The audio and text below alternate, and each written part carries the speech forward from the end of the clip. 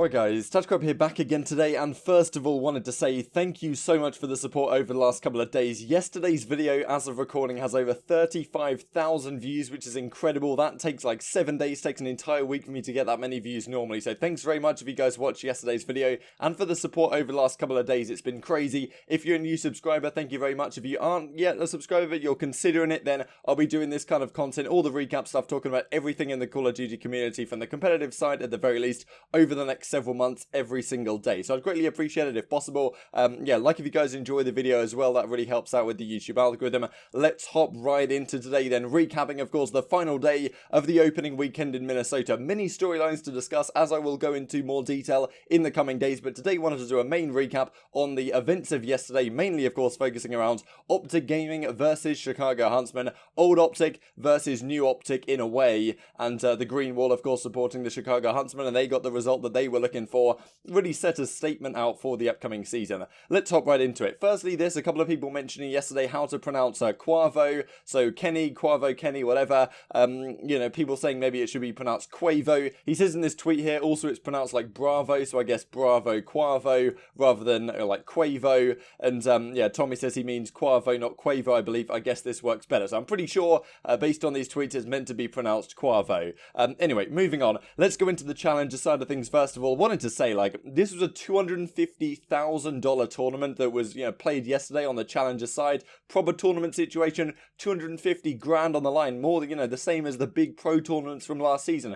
Crazy stuff. Wasn't even on stream, not even an official stream in the grand finals. We'll talk about that in a second, but it was Team War, which is Dave's team, up against Team Singularity in the losers finals to play up against Hybrid Rattle and Hybrid Black in the finals. And, you know, Dave says right here that Vortex, effectively they had like a super long day on Saturday. And Vortex, you know, this is Steve-O, he was being ill, you know, he was throwing up and all this stuff.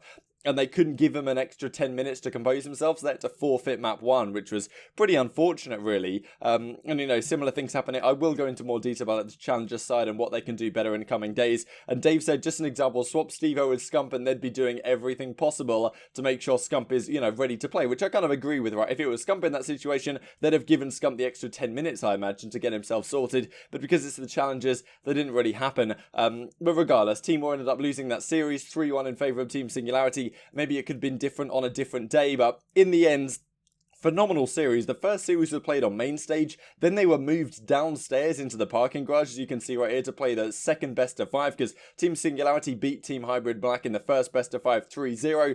Then in the second series, really intense one. Went all the way to Game 5, Round 10. It was super intense. And the EU boys managed to do it in the end. So Team Singularity walking away with 80 grand. Here's the clip.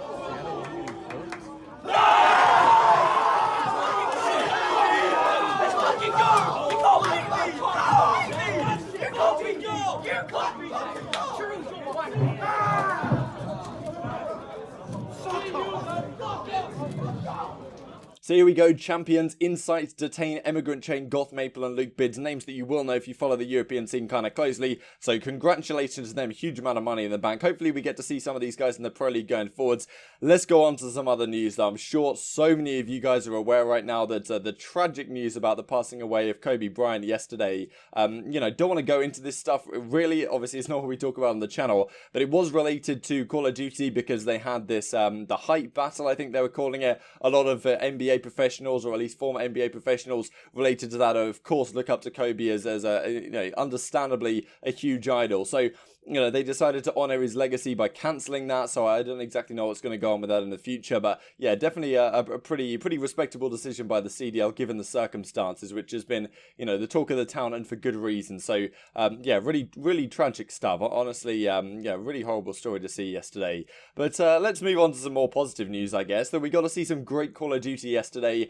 Royal Ravens versus Paris Legion was one of the first matches. Given Royal Ravens had just demolished the New York Subliners, I was pretty confident coming into this. You know, Paris had destroyed OpTic Gaming Los Angeles. Well, not destroyed, it was map 5, OpTic Gaming LA. So I was like, yo, Paris could be pretty good. Royal Ravens seemed pretty good. Should be an intense matchup, but I was expecting Royal Ravens to come out and win.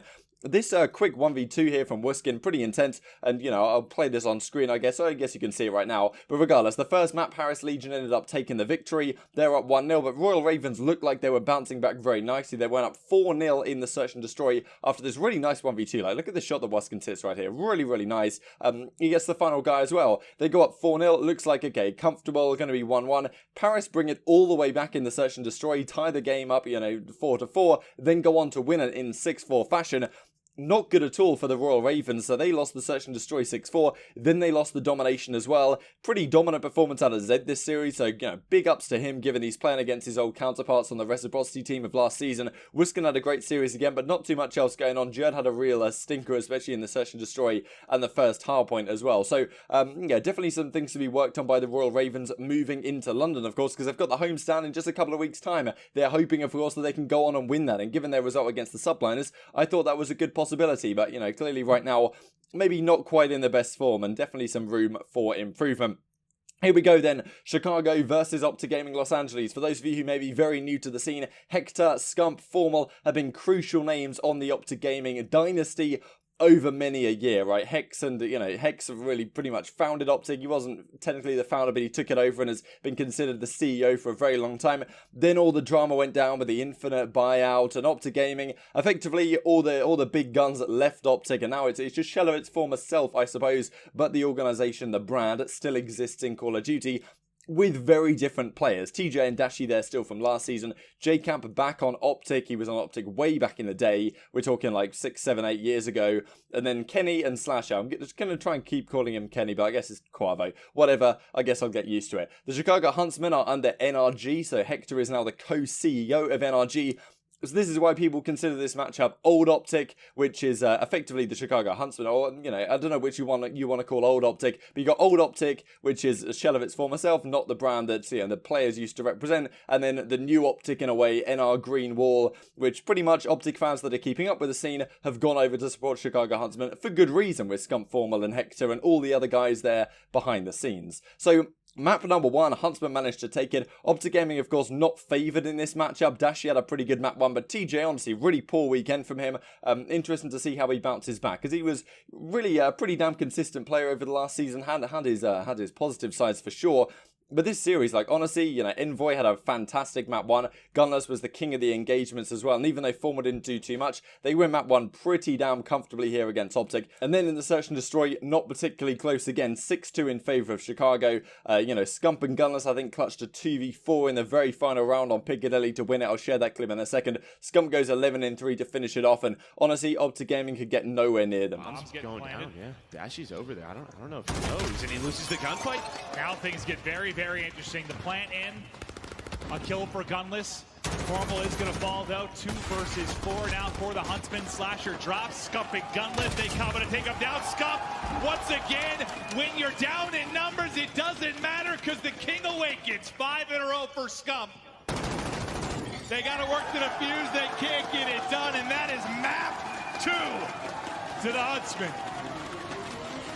And that's 2 rounds. So then map number 3, Domination. Once again, Chicago Huntsman dominating this one. I was almost about to say OpTic there because I can barely think of Scump without OpTic attached to that right afterwards. But once again, poor map from TJ Halley here. And it got pretty sketchy towards the end, but OpTic Gaming end up losing it. OpTic Gaming, right? It's very confusing. But regardless, Chicago get the 3-0, sweep, to be honest. And it was very, very comfortable indeed.